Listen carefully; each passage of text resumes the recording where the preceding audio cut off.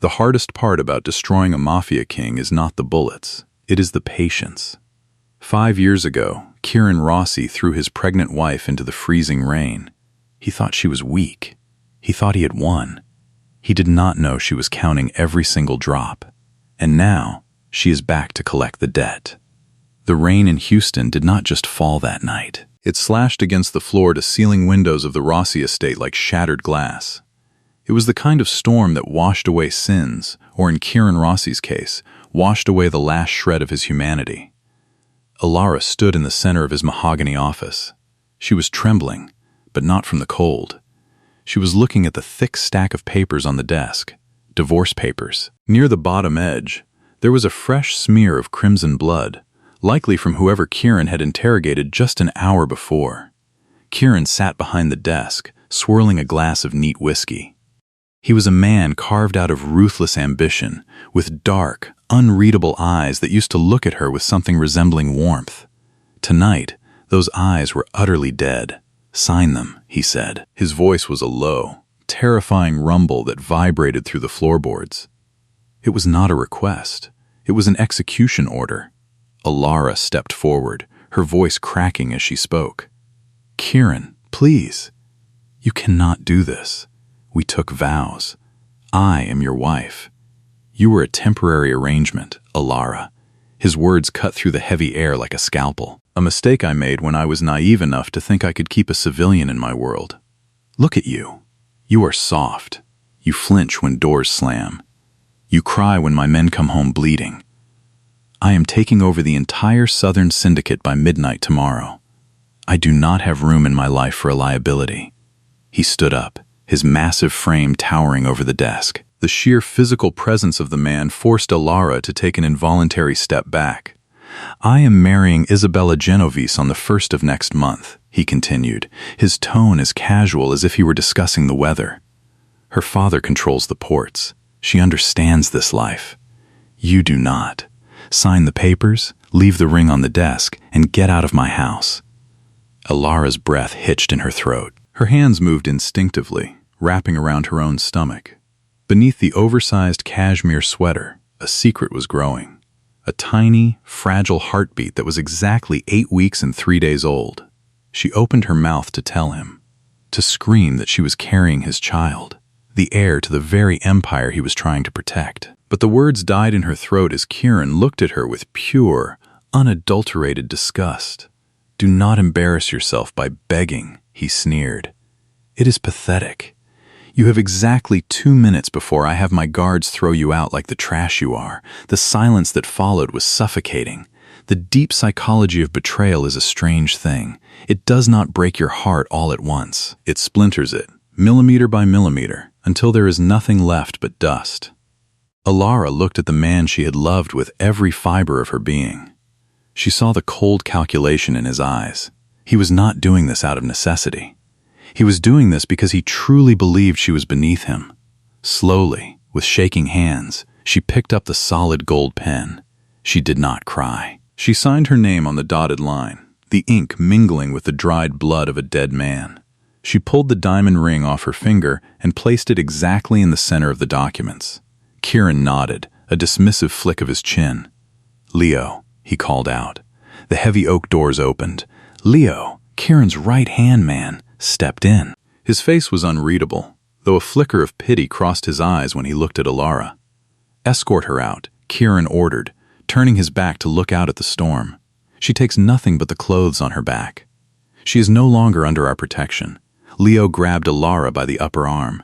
His grip was firm, offering no room for resistance. She did not fight him. She let him drag her down the grand marble staircase, through the opulent foyer, and out into the violent night. The heavy wrought iron gates of the estate slammed shut behind her with a sickening metallic clang. The rain hit her instantly, freezing and relentless. Within seconds, she was soaked to the bone. She stumbled back, her knees giving out, and she fell hard onto the wet, unpaved shoulder of the road. The mud seeped into her jeans, chilling her skin. She sat there in the dark, watching the warm, golden lights of the Rossi estate glowing in the distance. The estate she had decorated. The home she had built. the man who had just sentenced her and their unborn child to death in the streets. Most women would have wept. Most women would have screamed at the sky, cursing God for their misfortune. Alara did not make a sound. As the freezing rain beat down on her fragile frame, something inside her snapped. The soft, naive girl who baked cookies for hitmen and prayed for her husband's safe return died in that mud. In her place, something dark, calculating, and terrifyingly cold was born. She placed a hand over her stomach, protecting the tiny life inside her from the biting wind. She did not look at the estate with longing anymore. She looked at it the way a general looks at a fortress they are about to lay siege to. Kieran Rossi had just made the most catastrophic miscalculation of his criminal career. He thought he had discarded a liability. He had no idea he had just created the monster that would inevitably devour his entire world. He told her she would leave with nothing. But he was wrong. She was leaving with the most dangerous weapon in the world. The intimate, encrypted knowledge of every single offshore account, every hidden safe house, and every vulnerability the Rossi syndicate possessed. 5 years, she whispered to the empty, rain-soaked street. Her voice was barely a breath, but it carried the weight of a blood oath. Give me 5 years, Kieran, and I will buy your entire life, just to burn it to the ground.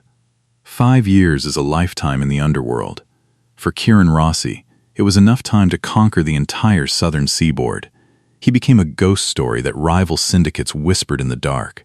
The man with no heart, the king of Houston. He ruled with an iron fist, completely detached, completely lethal. He married Isabella, merged the families, and expanded his territory until there was no one left to challenge him. He had won the war. He was untouchable. Or so he thought. It started 6 months ago. A subtle bleed in the supply chain. A shipment of imported firearms from Eastern Europe disappeared off the docks without a single gunshot fired. Then, the offshore accounts in the Cayman Islands began to freeze. Millions of dollars evaporated overnight, swallowed by phantom routing numbers. Kieran tortured his accountants. He executed 3 of his best lieutenants, convinced there was a rat in his inner circle. But the bleed did not stop. It accelerated. The psychology of a powerful man losing his grip is fascinating to watch. At first, it is anger. Explosive, violent anger. Kieran tore his organization apart looking for the traitor. But when anger yields no results, it rots into paranoia. He stopped sleeping. He stopped trusting his own shadows. Every time his phone rang, he expected news of another catastrophe. It was not a street gang challenging his territory. Street gangs use bullets and brass knuckles. This enemy used algorithms, hostile takeovers, and corporate espionage. They were dismantling his life's work, brick by blood-soaked brick, from behind a computer screen. The entity orchestrating the slaughter had a name, Apex Holdings, a shadow corporation registered in the British Virgin Islands, protected by layers of shell companies and high-priced attorneys. The chief executive officer was a ghost. No name on the public registry. No photographs. Just a singular, devastating intelligence that anticipated Kieran's every move before he even made it. For the first time in his life, Kieran Rossi felt the cold, suffocating grip of true panic. His empire was suffocating. His capos were losing faith. Isabella, his strategic wife, was a disaster. She spent her days spending his dwindling fortune and complaining about the stress, demanding he fix it with violence. She was utterly useless in a real war, a trophy that was rapidly losing its shine. He needed a target he could shoot, but you cannot put a bullet in a corporate entity. By the end of the 5th month, the Rossi syndicate was on the verge of total bankruptcy. Apex Holdings held the deeds to his legitimate casinos, his shipping warehouses, and the debt of his most powerful allies. They had isolated him perfectly. Then the message arrived. A single, heavy envelope delivered directly to his private desk. Inside was a heavy cardstock invitation, printed in elegant silver foil. It requested a meeting to discuss the acquisition of the Rossi syndicate, an unconditional surrender. It was signed simply, the Chief Executive Officer of Apex Holdings. Pride is a fatal disease for a mafia boss. Kieran wanted to tear the invitation to shreds. He wanted to burn the city to the ground to find this ghost. But the reality of his crumbling empire forced him to swallow the bitter pill of submission. He had 300 men depending on his payroll. If he did not negotiate, there would be a mutiny by the end of the week. The meeting was set on neutral ground. A private, soundproof boardroom on the 50th floor of a towering glass skyscraper in downtown Houston. The kind of room where nations were bought and sold. Kieran arrived early. He brought Leo and 4 of his most heavily armed guards. He wore his custom-tailored black suit, projecting the aura of an apex predator, though inside, his stomach churned with a toxic mix of rage and anxiety. He stood by the floor-to-ceiling window, looking out over the city he used to own. His jaw was clenched so tight his teeth ached. He was preparing to negotiate with a phantom. He was preparing to kill whoever walked through that door if the terms were not to his liking. Consequences be damned.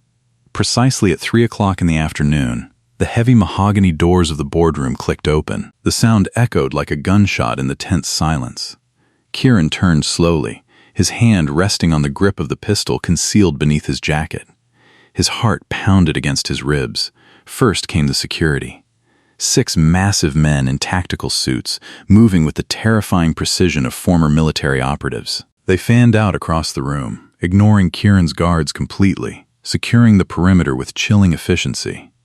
They did not carry standard street weapons. They carried military-grade hardware.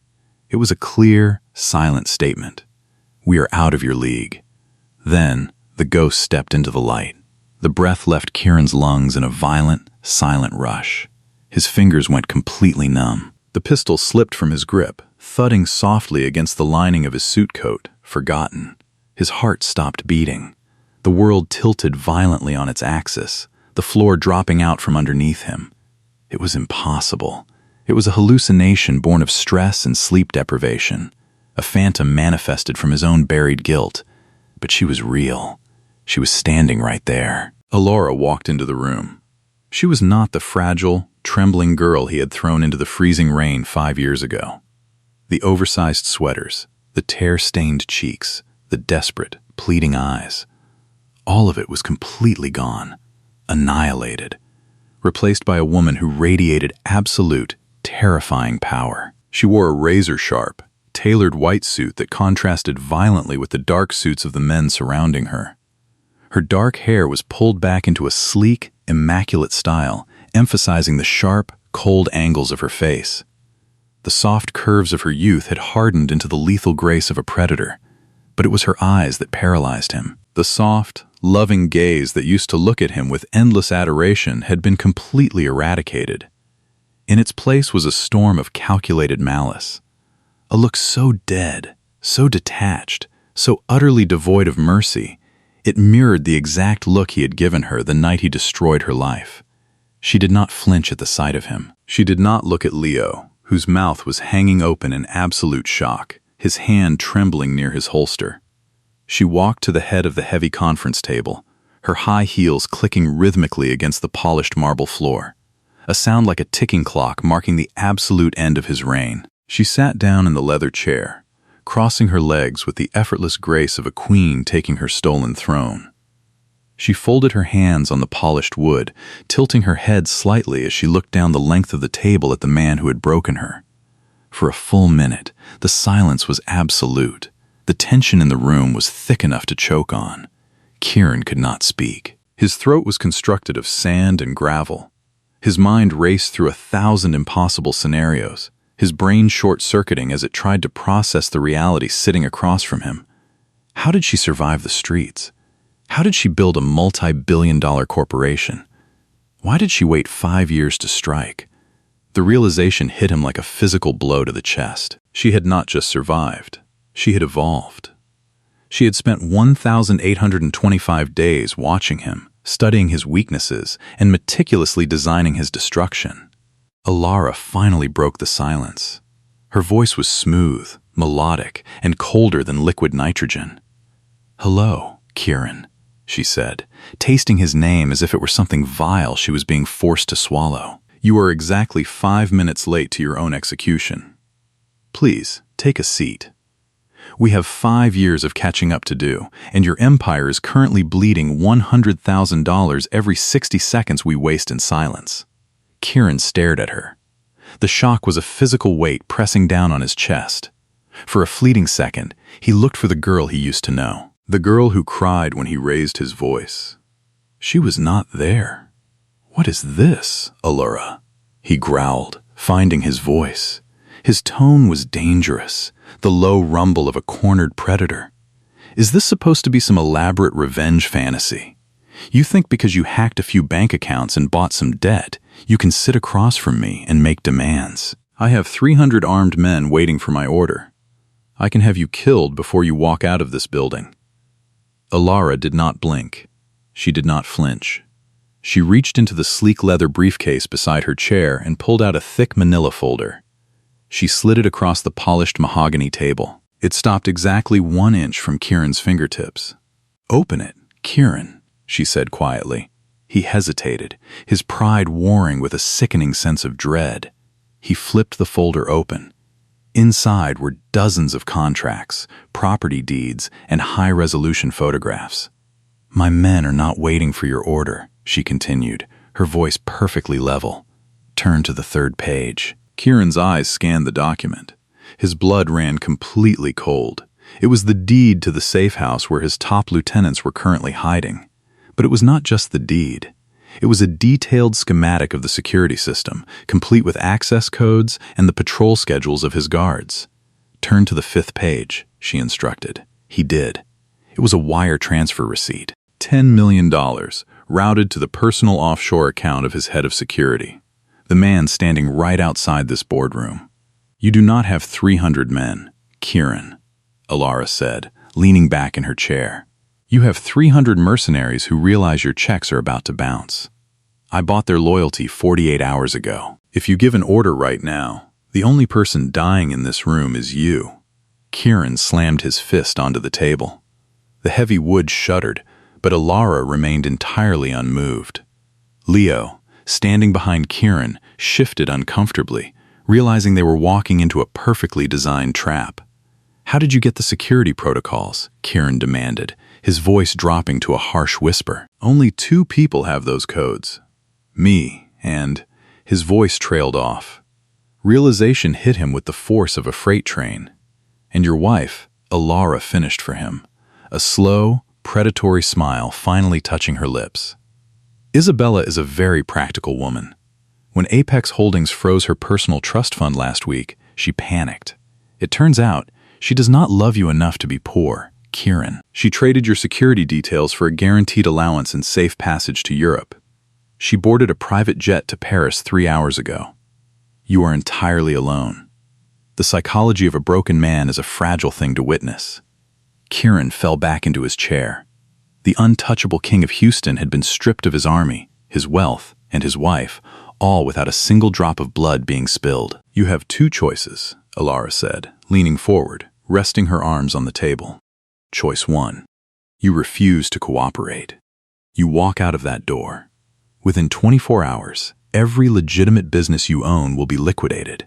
Your criminal assets will be handed over to the Federal Bureau of Investigation, along with irrefutable proof of your racketeering. Your remaining enemies will smell blood in the water, and you will be dead before the end of the week." She paused, letting the weight of absolute destruction settle over him. "And choice 2. Kieran rasped, his throat bone dry. "Choice 2, she said softly. "You sign over the remaining shares of the Rossi Syndicate to Apex Holdings. You transfer all operational control to me. You step down as boss. You become an employee, my employee." Kieran let out a bitter, humorless laugh. "You want me to work for you. You want to humiliate me. I want to own you," she corrected, her eyes burning with an intense, freezing fire, "just like you owned me." She reached into her pocket and placed an object on the table. It was a solid gold pen. Kieran stared at it, the memory hitting him with suffocating force. It was the exact same pen he had forced her to use to sign the divorce papers 5 years ago. There was still a faint, faded rust-colored stain near the top. Dried blood. "Sign the papers, Kieran." She echoed his exact words from that night. Her voice was a terrifying mirror of his past cruelty. "Look at you.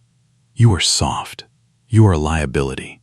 I do not have room in my life for a liability. Kieran looked at the pen. Then he looked at the woman he had created, the monster he had forged in the freezing rain. There was no mercy in her eyes. There was no hesitation. If he refused, she would destroy him without a second thought. Slowly, with a trembling hand, the most feared mafia boss in the South picked up the pen. The heavy silence of the boardroom amplified the scratching sound of the nib against the thick paper. He signed his name. He signed away his empire, his pride, and his freedom. Alara pulled the papers back across the table. She checked the signature, nodded once, and stood up. "Welcome to Apex Holdings, Mr. Rossi," she said, looking down at him. "Report to the basement level of my corporate office tomorrow at 8 o'clock in the morning. You are going to be my new personal security detail. Do not be late." Kieran sat in the darkness of his penthouse, the cold glass of his desk lamp casting long, jagged shadows against the wall. He was not sleeping. He had not slept in 3 days. He was obsessively going over the financial trail of Apex Holdings, tracing every single investment, every hostile takeover, every brutal cutback that had led to his current ruin. He was looking for a secret partner, a financier, a shadow government, someone who had funded Alara's rise. He refused to believe that a woman he had discarded as a soft, pathetic liability could have built an empire of this magnitude on her own. It was a bruise to his ego that he could not allow to fester. But as he traced the routing numbers back to the very first day Apex Holdings was incorporated, his hands began to shake. The screen flickered, revealing a transaction that stopped his heart. He leaned in, his eyes scanning the digital numbers until they blurred. It was a seed capital transfer from an offshore account in the Cayman Islands. He recognized the account number immediately. It was his own. 5 years ago, the night he threw her out, he had been arrogant. He had been so certain of his dominance that he had left a dormant emergency fund account in her name. He had done it as a final, cruel gesture. A pittance to keep her from starving for a month, assuming she was far too cowardly, far too uneducated, and far too timid to even know how to access it. He had laughed at the thought of her struggling to navigate the banking portal, failing, and eventually losing the money to administrative fees. He had been the naive one. She had not touched the money for the first 6 months. She had let it sit there, gathering interest, while she worked 2 jobs and lived in a rundown apartment. She had been waiting. She had been watching. And the moment he had moved his assets into the primary syndicate holdings, leaving that emergency account effectively invisible to his accountants, she had struck. She had not just taken the money.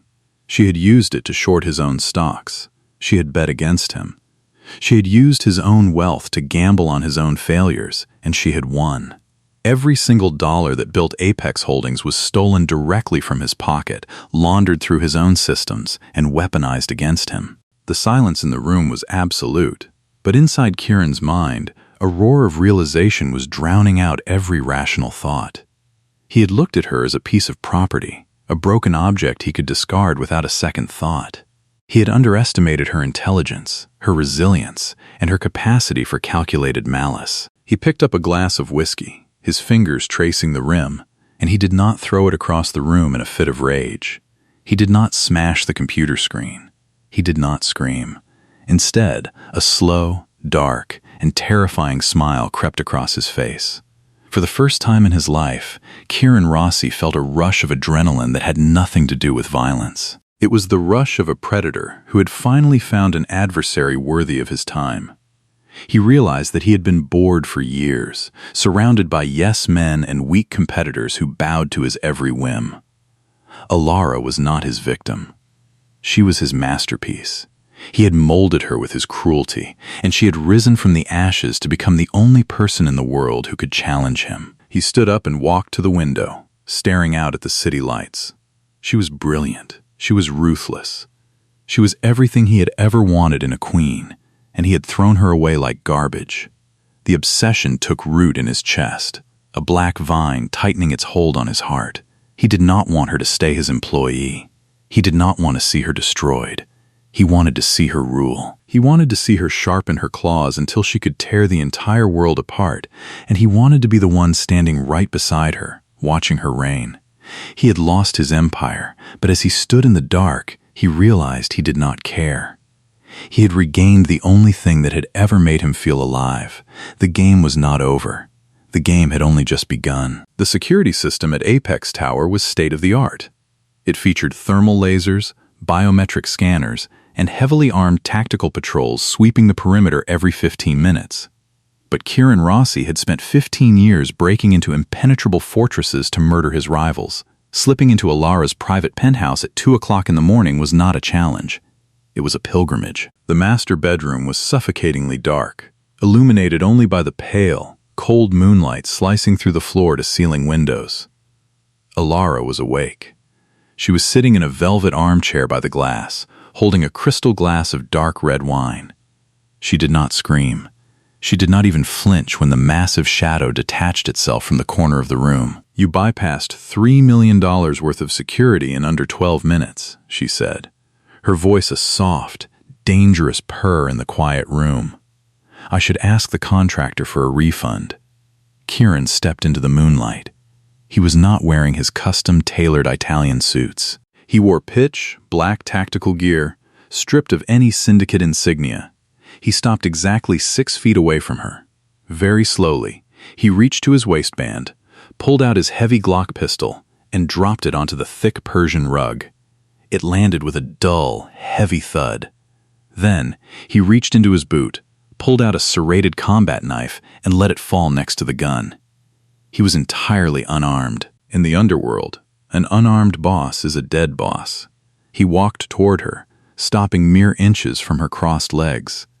And then, the king of the southern underworld, the ruthless sociopath who had made federal agents tremble and rival families bleed, did something no living soul had ever witnessed.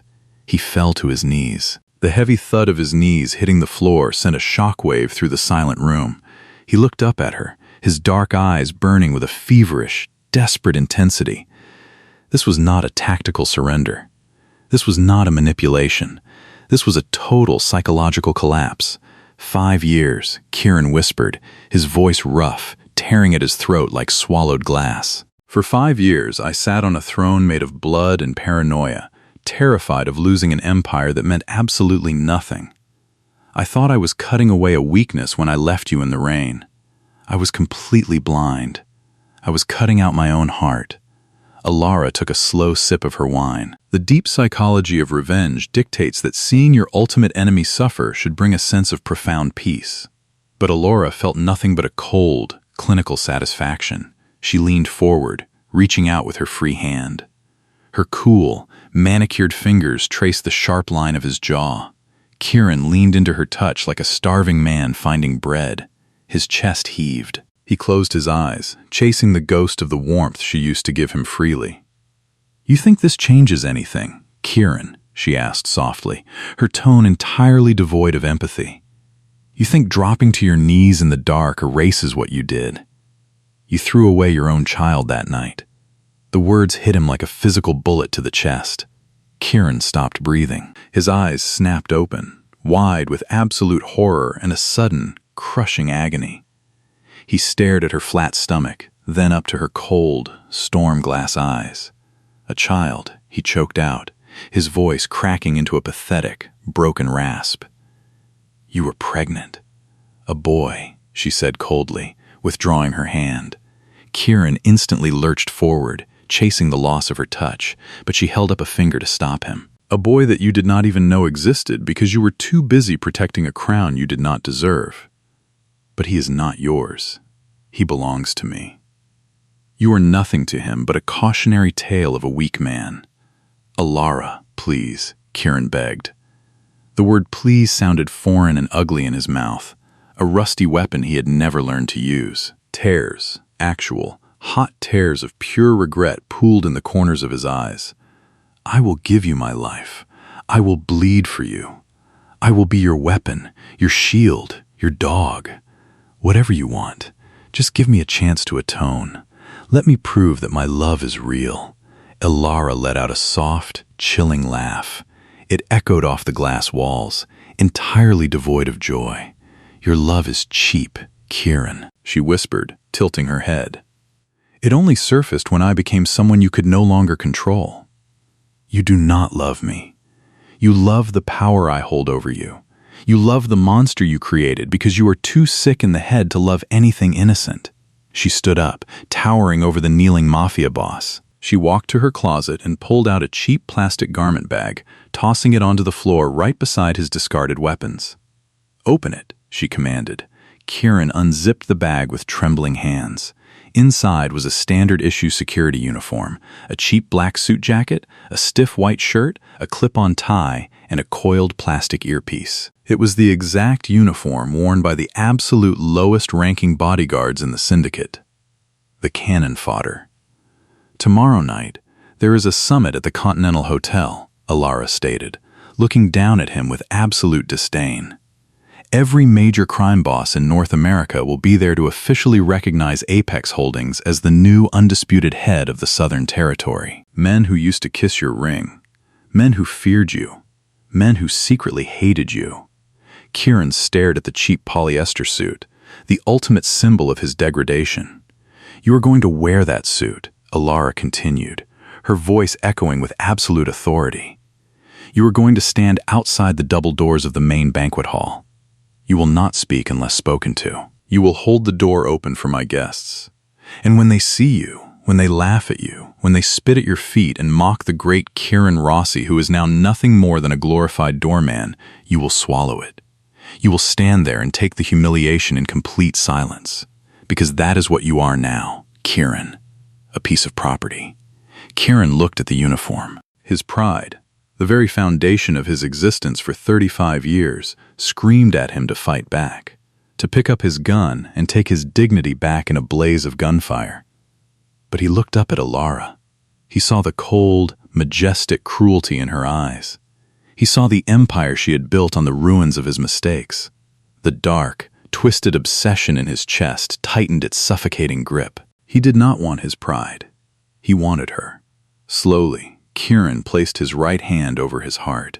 He bowed his head forward until his forehead pressed firmly against the thick Persian rug, coming to rest exactly at the tip of her designer shoes. It was the ultimate act of submission, the total surrender of an alpha predator. "As you wish, my queen," he whispered into the floorboards. Alara looked down at the broken king at her feet, taking another sip of her dark red wine. The transition was finally complete. The most dangerous man in the country had not just been defeated. He had been domesticated. The Continental Hotel was considered neutral ground for the worst monsters in North America. The crystal chandeliers cast a warm, deceptive glow over the main ballroom. At the center of the long oak table sat Alara, radiating an aura of absolute control. And standing perfectly still by the heavy mahogany double doors was Kieran Rossi, the former king of Houston, wearing his cheap polyester security uniform. For 3 hours, Kieran endured a psychological torture far worse than any physical beating. Every major crime boss who walked through those doors recognized him. They sneered. They whispered to their lieutenants. Some intentionally bumped into his shoulder, waiting for the explosive violence that Kieran Rossi was famous for. He swallowed it all.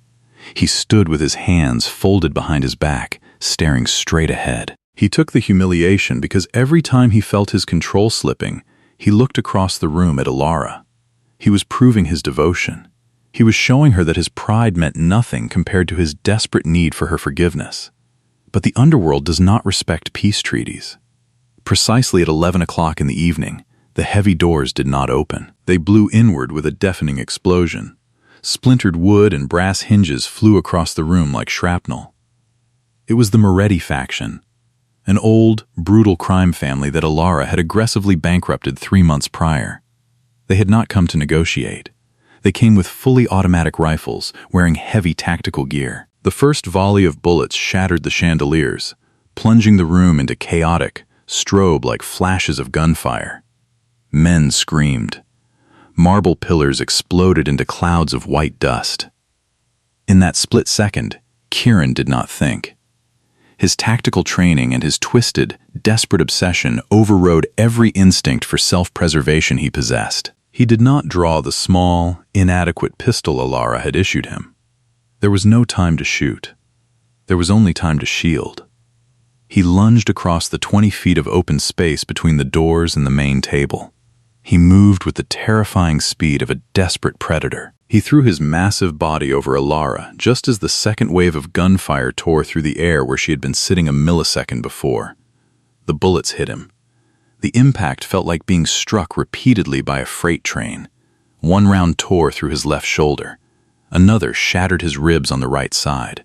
A third buried itself deep into his lower back. He drove Alara hard to the marble floor, pinning her beneath his dead weight, covering her entirely with his own flesh and bone. He squeezed his eyes shut, gritting his teeth against the blinding, white-hot agony exploding through his nervous system.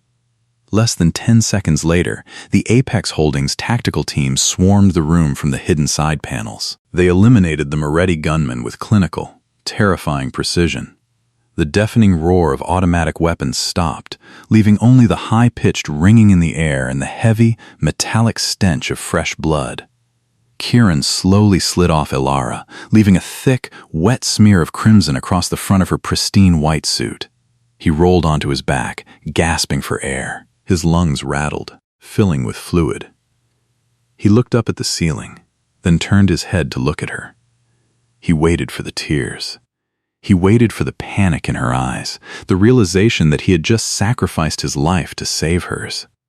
A genuine, bloody smile touched his pale lips. "I kept you safe," he whispered, his voice bubbling with blood.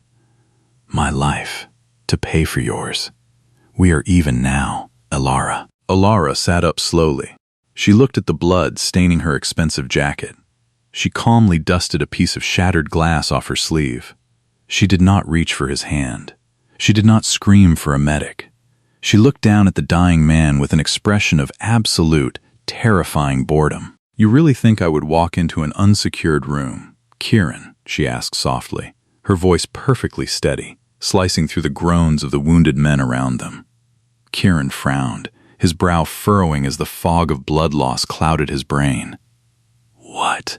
"I intercepted the Moretti family communications exactly 48 hours ago," Alara said, leaning forward slightly. "I knew they had purchased the hotel blueprints.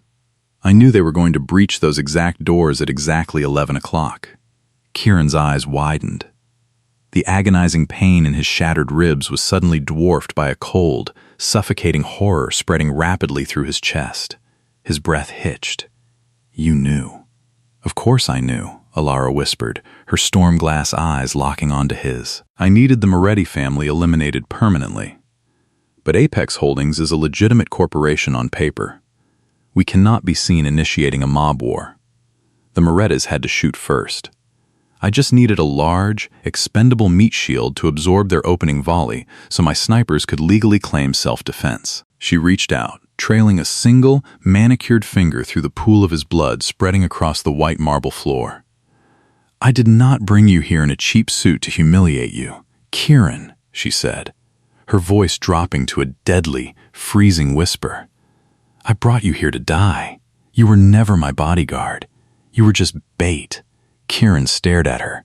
The psychological devastation was absolute. He thought his heroic sacrifice would finally break through her cold exterior. He thought he had won her back with his blood.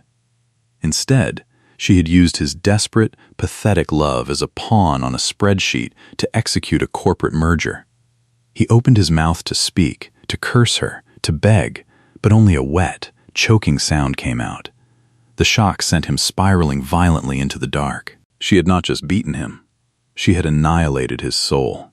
As his vision faded to absolute black, the last thing the great Kieran Rossi saw was his wife standing up, stepping carefully over his bleeding body, and walking away without ever looking back. The steady, rhythmic beeping of a heart monitor was the first sound to penetrate the thick, suffocating darkness. Kieran opened his eyes. The light was blindingly white, sterile, and cold. He tried to sit up, but his body refused to obey. A white-hot flash of agony tore through his chest, forcing a ragged gasp from his dry, cracked lips. He looked down. Thick white bandages wrapped tightly around his torso. Intravenous lines snaked into both of his arms, pumping fluids and heavy narcotics directly into his bloodstream. He was not in a hospital. He recognized the vaulted ceiling. He recognized the arched windows looking out over the Houston skyline. He was in the master bedroom of his own estate. the estate she had stolen from him. He tried to move his legs. Nothing happened. A cold, absolute panic gripped his throat. Temporary paralysis. A calm, melodic voice drifted from the dark corner of the room. Spinal shock from the high-caliber bullet that shattered your third lumbar vertebra. The surgeons said you will walk again in 6 to 8 months. If you survive the physical therapy, of course. Alara stepped out of the shadows. She was wearing a silk robe the color of fresh blood. In her right hand, she held a crystal glass of dark red wine. She looked entirely unbothered, her face a perfect, emotionless mask, as if she were watching a boring documentary on television rather than standing over the shattered ruins of the man she used to love. "Why?" Kieran rasped, his voice barely a whisper. "Why am I still breathing? You used me as a shield. You wanted me dead." "I never wanted you dead, Kieran," Alara said, walking slowly to the foot of the massive king-sized bed. "Death is a mercy. Death is a coward's escape from the consequences of their actions. If I wanted you dead, I would have let you bleed out on the marble floor of the Continental Hotel." She took a slow sip of her wine, her storm-glass eyes locking onto his. "5 years ago, you threw me into the freezing rain and told me I was a liability. You stripped me of everything, including the right to tell you that you were going to be a father. You left me to die, so I died. The fragile girl who loved you died in that mud, and the woman standing before you was forged from the broken pieces you left behind." Kieran closed his eyes, the memory tearing at the edges of his shattered sanity. "I said I was sorry. I took the bullets for you. What more do you want from me?" "I want everything," she whispered, her voice dropping to a terrifying, absolute zero. Alara turned her head slightly toward the heavy mahogany doors. She gave a single, subtle nod. The doors clicked open. A woman in a crisp nanny uniform stepped into the room, holding the hand of a small child. Kieran's breath caught in his throat. His heart monitor spiked wildly, the machine protesting the sudden, violent surge of adrenaline in his veins. The boy was exactly 4 years old.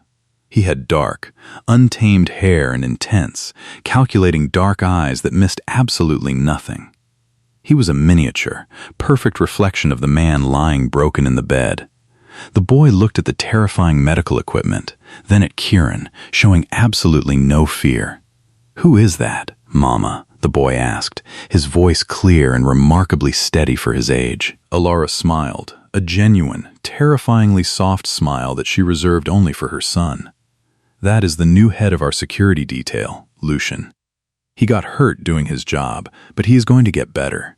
He is going to watch over you from now on." Kieran stared at his son. His chest heaved, silent sobs tearing at his broken ribs. The primal urge to reach out, to hold his boy, to claim the flesh and blood he had thrown away without knowing, was a physical agony worse than the gunshot wounds. He tried to lift his hand, but his heavy, drug-laced muscles completely failed him. Lucian stared at Kieran for a long moment, completely indifferent, before turning back to his mother. "Okay, can I go play in the garden now?" "Yes, my love," Alara said softly. "Go with Maria." The heavy doors closed, swallowing the only light Kieran had ever truly seen in his miserable, violent life. He was left completely alone with the architect of his eternal damnation. "He is my son," Kieran choked out, hot tears of absolute devastation spilling fast down his pale cheeks. "Please, Alara. He is my blood. He is my heir," Alara corrected coldly, stepping closer to the bed. "He will inherit Apex Holdings. He will inherit the underworld you built. He will be a king, but he will be a king raised by a master, not a monster. He will never know your name, Kieran. He will never call you father. To him, and to the rest of the world, you are just a ghost." Kieran squeezed his eyes shut, the psychological destruction finally complete. She had not just broken his body, she had taken his legacy, his bloodline, and twisted it into the ultimate punishment. "You will heal," Alara continued, her voice echoing in the vast, silent room. "And when you do, you will stand in the shadows. You will take every bullet aimed at him. You will take every blade aimed at me. You will live the rest of your miserable, pathetic life watching me raise your son, knowing that if you ever step out of line, if you ever try to claim him, I will put a bullet through your skull myself. Do you understand your new reality, Kieran?" The silence in the room stretched out, heavy and suffocating. The great Kieran Rossi, the ruthless mafia boss who had once ruled the southern seaboard with absolute terror, opened his tear-filled eyes. He looked at the cold, untouchable queen standing over him. He realized, with a sickening, twisted sense of finality, that he did not hate her. The deep, dark obsession inside him had only grown stronger, feeding on the magnificent, terrifying monster she had become.